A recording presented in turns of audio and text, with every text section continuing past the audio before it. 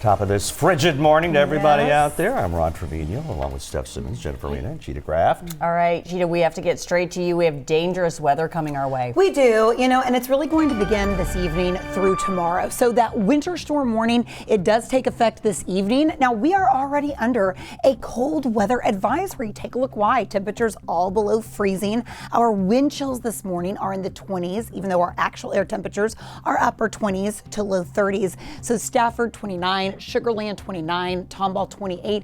This is the thing right now, temperatures are below freezing. So if we had any moisture, it would be transitioning to freezing rain or sleet, but we are dry. In fact, we're under mainly clear skies to start off on your Monday morning, on your MLK day.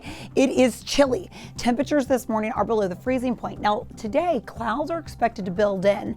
That's going to be the first sign that there's moisture on the move. Okay, so even though we are dry through most of the day today, I think after about 7 or 8 p.m., that's when we could see some freezing rain, sleet, or even a few snow flurries. Let me show you on our future track. So lunchtime today, this is when I'm expecting clouds to start to build in. That's why these clouds are going to trap the cold air, and temperatures are only expected to stay in the 30s for most of the day today. By 4:30 this afternoon, we're still under cloudy skies, but we are still dry.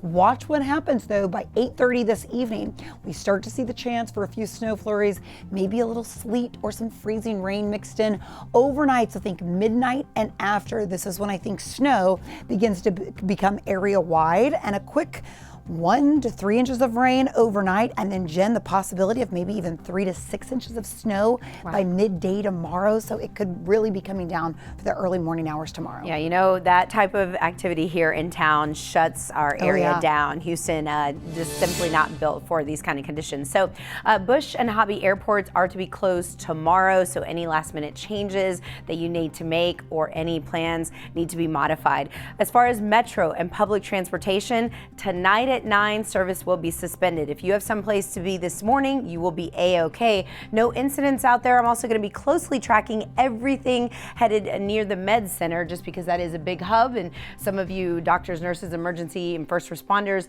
need to get to work from now until Wednesday. So we will be letting you know how things are going. I know that TxDOT is still icing this morning, or de-icing the roads.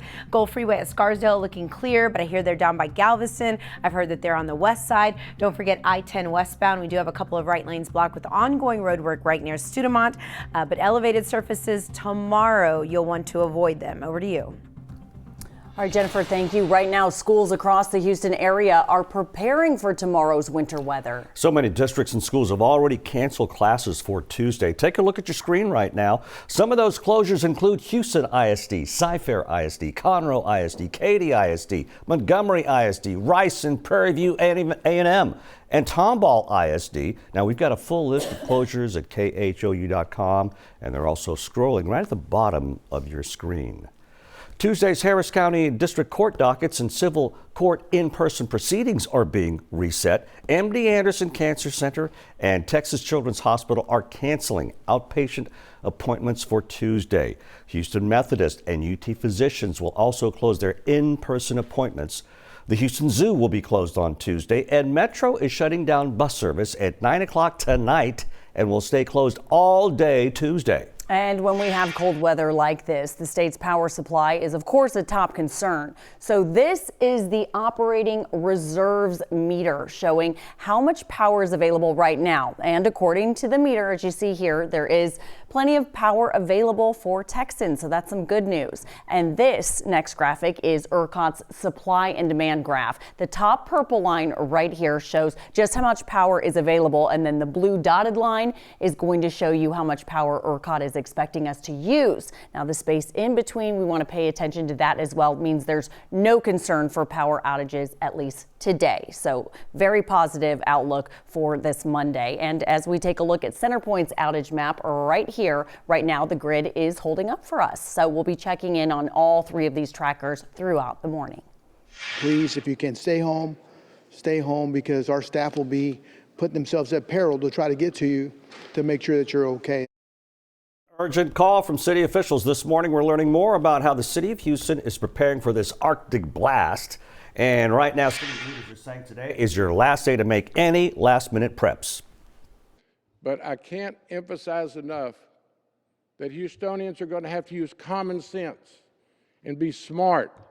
Look out for our vulnerable population. If you have seniors in assisted living facilities, check on them. Get your food and water and supplies tomorrow. Prepare your home, your plants, your pets. Bark will be at the warming centers to assist us with our pets. And here's a reminder, it's against the law to leave a dog outside without proper shelter in extreme weather like this. That includes when temperatures drop below 32 degrees. And right now there are 25 more warming centers open across Harris County and surrounding areas, and we have those details up on our website right now. That is khou.com. Another big closure to make note of, both Houston airports closing at midnight tonight. Here's what you can do if you're supposed to fly out of town tomorrow. The airlines have implemented their travel waiver programs, so you do have the ability to go to your airline and to change your flights without change fees.